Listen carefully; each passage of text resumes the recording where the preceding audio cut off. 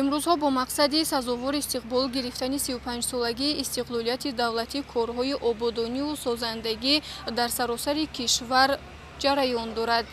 Аз ҷумла дар пойтахти азизамон шаҳри Душанбе низ корҳои созандагӣ идома дорад ва яке аз иншоотҳои ҷашнӣ ин мактаби мусиқӣ ба номи Аҳмад Бобоқулов мебошад, ки дар ҳоли анҷомёбӣ қарор дорад ва тасмим гирифта шудааст то дар арафаи рӯзи дониш мавриди истифодабарӣ қарор дода шавад.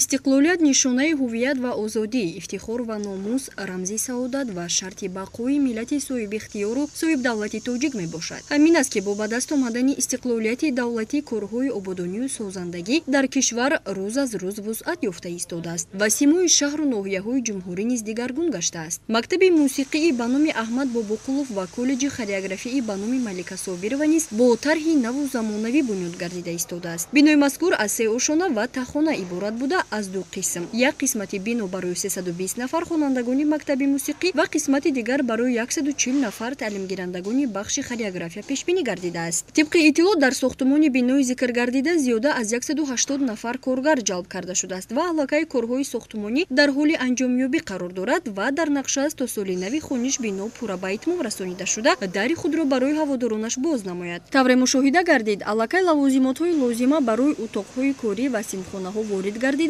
масъулин баҷобаҷогузориҳо шурӯъ намуданд. дар маҷмӯъ ҳамаи синфхонаҳо ва утоқҳои кории муассиса 120 толорро ташкил медиҳад ва ҳамзамон 1 толори барҳавои фарҳангӣ низ барои гузаронидани чорабиниҳо омода карда шудааст, ки барои гузаронидани чорабиниҳо мусоидат мебошад. воқеан соҳибистиқлолӣ барои сарнавишти миллати тоҷик оғози марҳалаи сифатан нави рушд гардида иҷрои вазифаи бисёр пурмасъулияти таърихӣ, яъне бунёди давлати ҷавобгӯ ба манфиатҳои халқу кишвар ва эҷоди аркони давлатдории муосиро фароҳам овард.